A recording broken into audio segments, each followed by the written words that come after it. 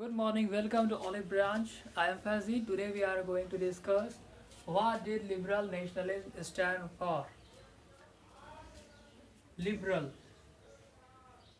Liberal वो लोग होते हैं जो लिबरलिज्म आइडियोलॉजी के फॉलोअर होते हैं। लिबरलिज्म आइडियोलॉजी कैसी आइडियोलॉजी? जो चाहती है लिबर्टी, जो चाहती है फ्रीडम।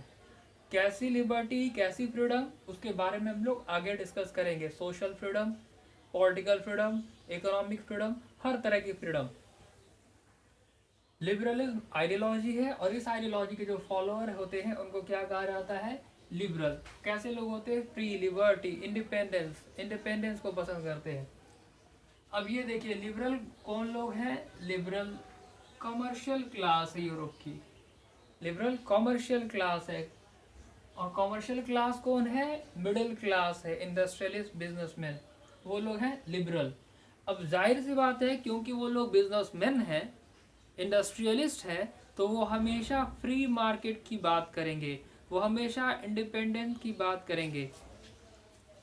दो हिस्से में बांट दिया जाए अगर तो social political freedom, economic freedom. Social political freedom क्या? Freedom for the individual. जितने भी इंडिविजुअल हैं, हर एक पर्सन के पास फ्रीडम होना चाहिए। Equality of all before the law, जिसको रूल ऑफ लॉ भी कहते हैं। कानून के सामने सभी लोग बराबर होने चाहिए।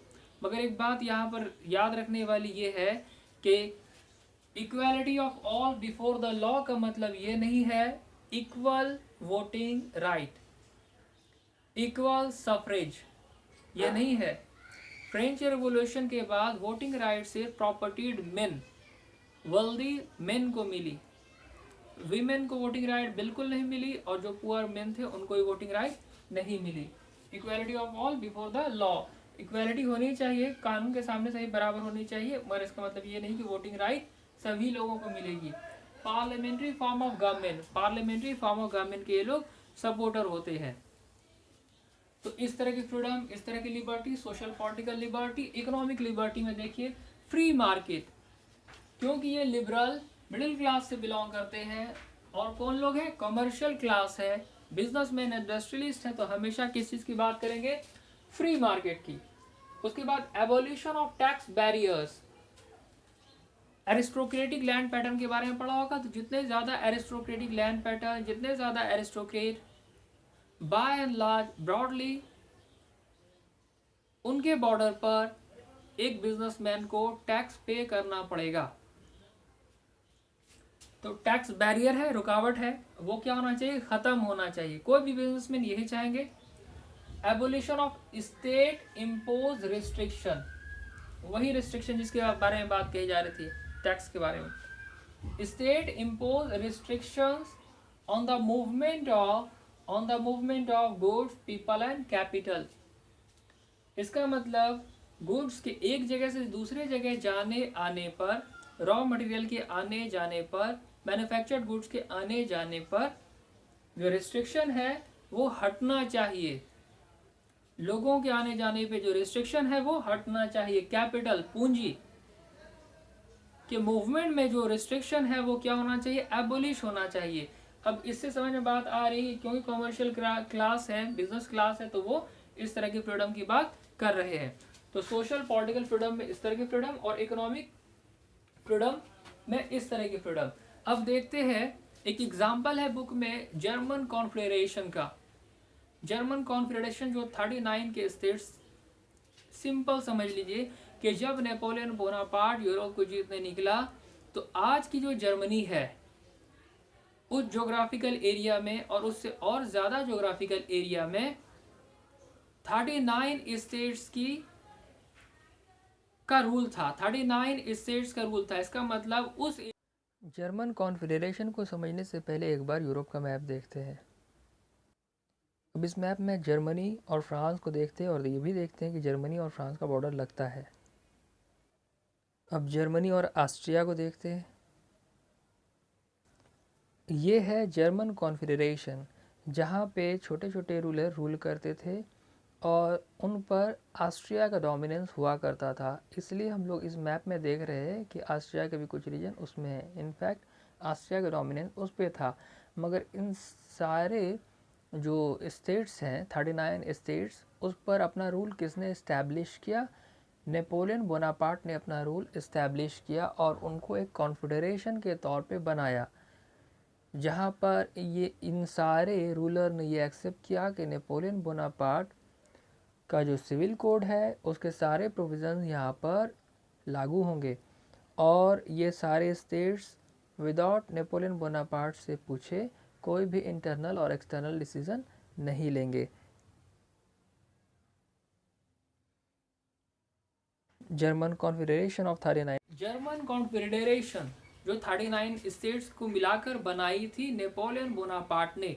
जब नेपोलियन बोनापार्ट यूरोप को जीतने निकला तो ये जो स्टेट्स थी उन्होंने नेपोलियन बोनापार्ट के डोमिनेंस को मान लिया। ये भी मान लिया कि नेपोलियन का जो नेपोलियनिक कोड है वहाँ पर लागू होगा और वो कोई भी इंटरनल या एक्सटर्नल डिसीजन नेपोलियन से पूछे बगैर नहीं लेंगे।